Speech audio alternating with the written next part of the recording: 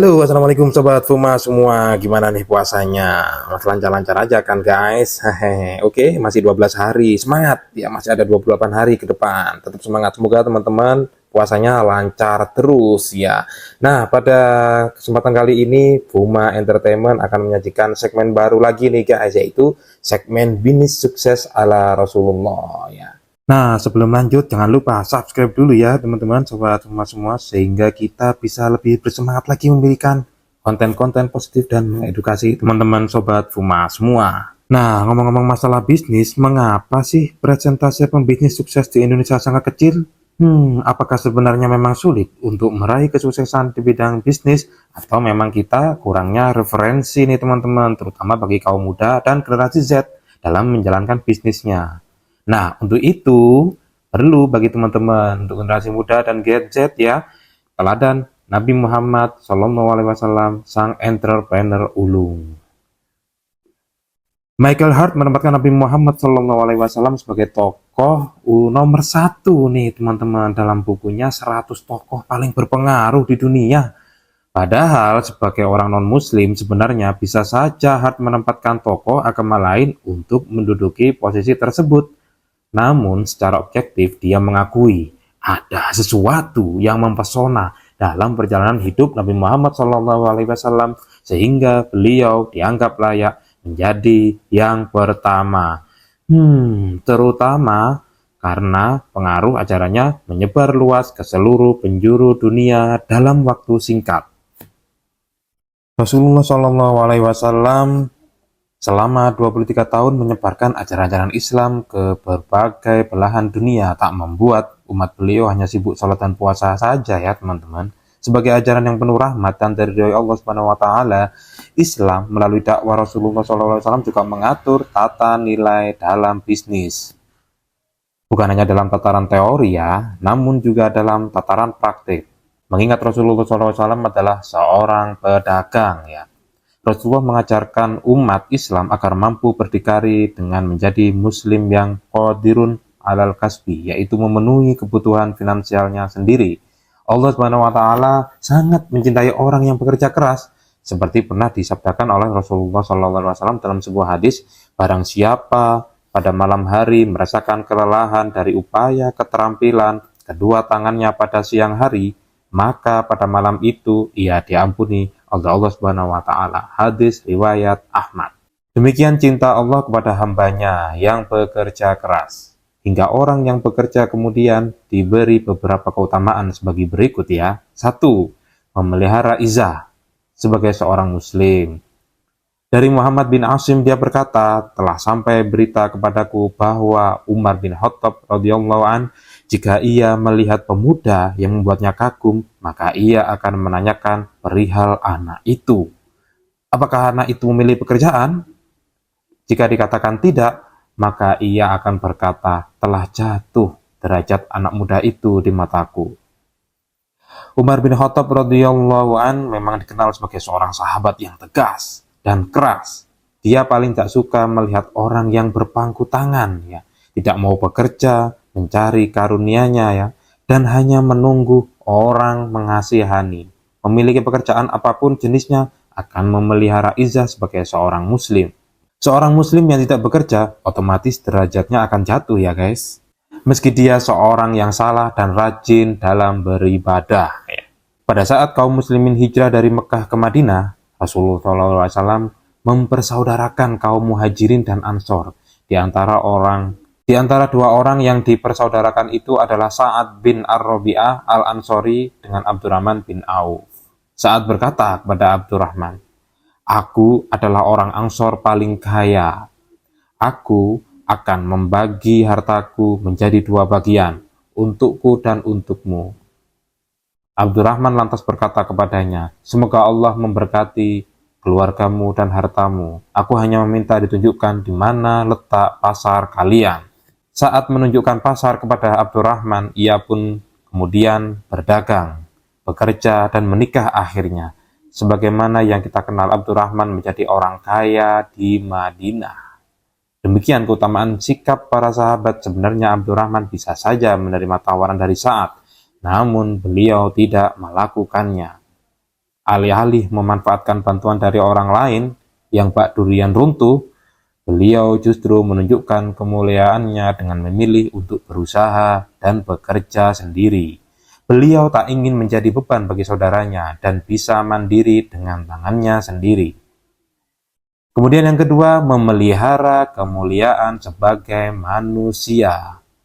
Al-Imam Ar-Raghib Al-Isfahani pernah berkata, siapa saja yang tidak mau berusaha dan bekerja, maka nilai kemanusiaannya telah rusak, bahkan nilai kebinatangannya, dan menjadi orang yang telah mati. Masyarakat muslim maupun non-muslim memandang orang yang memilih pekerjaan berbeda dengan yang tidak bekerja. Masyarakat lebih menghargai penjual sayur keliling daripada pengangguran, ya guys. Orang yang memiliki pekerjaan dianggap mampu mandiri dengan penghasilannya sendiri. Bahkan dalam memberi kontribusi pada masyarakat dengan membantu orang lain secara finansial. Nah, yang ketiga nih guys, menyeimbangkan kehidupan. Dan kami jadikan malam sebagai pakaian dan kami jadikan siang untuk penghidupan. Sebagaimana surat An-Naba ya, ayat 10 sampai ayat 11. Dalam ayat itu Allah Subhanahu wa taala mengajarkan keseimbangan dalam upaya manusia mengisi kehidupan. Allah memberi kesempatan kepada kaum muslimin untuk mengisi hidup dengan mencari rezeki di siang hari, sementara malam hari adalah untuk beristirahat dan mengumpulkan tenaga agar bisa beraktivitas kembali esok harinya. Kehidupan ini Allah ciptakan agar diisi dengan hal yang telah dituntunkannya. Menjadi penekannya dalam bahasa ini adalah keseimbangan, ya teman-teman. Langit telah ditinggikannya, dan ia ciptakan keseimbangan agar kamu jangan merusak keseimbangan itu. Dan tegakkanlah keseimbangan itu dengan adil, dan janganlah kamu mengurangi keseimbangan itu. Quran Surah Ar-Rahman, ayat 7 sampai ayat 9. Jika malam hari kita bisa beristirahat, maka siang hari adalah fasilitas waktu yang Allah berikan secara gratis kepada manusia untuk bekerja, mencari penghidupan yang halal, dan rezeki yang berkah barokah tentunya. Kemudian yang keempat, tidak bekerja adalah sikap setan. Nah ini ya teman-teman guys. Dari Abu Usman, ia berkata, suatu ketika Nabi Isa alaihissalam melakukan sholat di atas pegunungan. Lalu iblis mendatanginya dan berkata, bukankah engkau yang mengatakan bahwa segala sesuatu itu terjadi qada dan qadarnya? Ia menjawab, iya. Lantas iblis berkata, lemparkanlah dirimu dari atas gunung dan katakanlah, Allah telah menakdirkan hal itu kepadaku. Kemudian Isa berkata lagi, wahai makhluk laknat, Allah lah yang memberi cobaan kepada hambanya. Isa berkata lagi, wahai makhluk laknat, Allah lah yang memberi cobaan pada hambanya, bukan hambanya yang menguji Allah Subhanahu wa taala. Hadis di atas mengungkapkan adanya keracunan yang dihembuskan iblis kepada manusia untuk meninggalkan usaha dan ikhtiar. Namun iblis meniupkan keraguan kepada manusia bahwa manusia tidak perlu berusaha, cukup hanya menunggu sampai ketentuan takdirnya datang. Seperti yang kita ketahui, pekerjaan iblis adalah meniupkan rasa malas kepada manusia agar tidak melakukan usaha, hanya menunggu takdir dan rezekinya datang. Rezeki adalah dari Allah Subhanahu wa taala, teman-teman. Memang benar, namun manusia berkewajiban mencarinya dengan berusaha lewat bekerja keras sesuai hukum sunnatullah. Poin yang kelima, disejajarkan dengan kedudukan para syuhada, sebagaimana hadis dari Ibnu Majah dan Al-Hakim ya, pedagang yang amanah dan benar akan bersama para syuhada di hari kiamat nanti. Begitu tingginya nilai bekerja dalam Islam sampai orang yang bekerja disejajarkan kedudukannya dengan para syuhada. Seorang ayah yang bekerja dan menghidupi anak-anaknya adalah sejajar kedudukannya dengan syuhada. Anak muda yang bekerja keras mencukupi kehidupannya adalah sejajar kedudukannya dengan syuhada. Pedagang-pedagang di pasar raya yang bekerja keras, jujur, dan ikhlas sedari pagi juga sejajar kedudukannya dengan para syuhada. Sementara itu, kita sendiri tahu betapa tingginya nilai seorang syuhada di mata Allah Subhanahu wa taala. Kita memang belum pernah berperang, seperti halnya yang sudah dialami oleh Nabi dan para sahabat. Namun, dengan bekerja keras, insya Allah pahala yang kita dapatkan dapat menyamai kemuliaan para sahabat yang mati syahid di jalan Allah Subhanahu wa taala. Wallahu a'lam bishawab. Kemudian nomor 6 nih guys, laki-laki atau suami yang pencari nafkah itu sama dengan mujahid. Barang siapa yang berusaha payah mencari nafkah untuk keluarganya, maka dia serupa dengan seorang mujahid di jalan Allah Subhanahu wa taala. Hadis riwayat Ahmad. Untuk memenuhi kebutuhan rumah tangga, seorang laki-laki atau suami harus bekerja. Tidak mungkin lagi baginya untuk melambaikan tangan kepada orang tua. Begitu dia sudah memiliki istri dan anak-anak sebagai tanggung jawabnya, sebagai imbalan, jika tanggung jawab itu berhasil dipenuhi, Allah Subhanahu wa taala akan memberikan pahala yang berlipat ganda kepadanya. Jika seorang laki-laki mengerjakan kewajiban itu dengan ikhlas, maka tak hanya pahala akhirat yang didapatkannya. Di dunia pun, ia sudah merasakan nikmat makan dari hasil jerih payahnya sendiri, meski apa adanya. Poin yang ketujuh, bekerja adalah kewajiban. Nabi Muhammad SAW bersabda, mencari rezeki yang halal adalah wajib sesudah menunaikan yang fardu, seperti sholat, puasa, dan lain-lain. Hadis riwayat At-Tabrani dan Al-Baihaqi. Islam membenci kemalasan dan keputusasaan dalam meraih rezeki Allah Subhanahu wa taala. Untuk mengumpulkan rezeki akhirat, seorang muslim wajib meningkatkan keimanannya dan mengamalkan ajaran Allah Subhanahu wa taala dengan niat tulus mencari ridhonya. Meski begitu, perkara dunia tidak boleh ditinggalkan.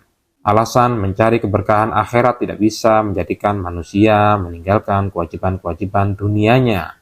Salah satunya mencari rezeki, karena itu bekerja hukumnya wajib bagi manusia, bisa menambah makna dalam kehidupannya.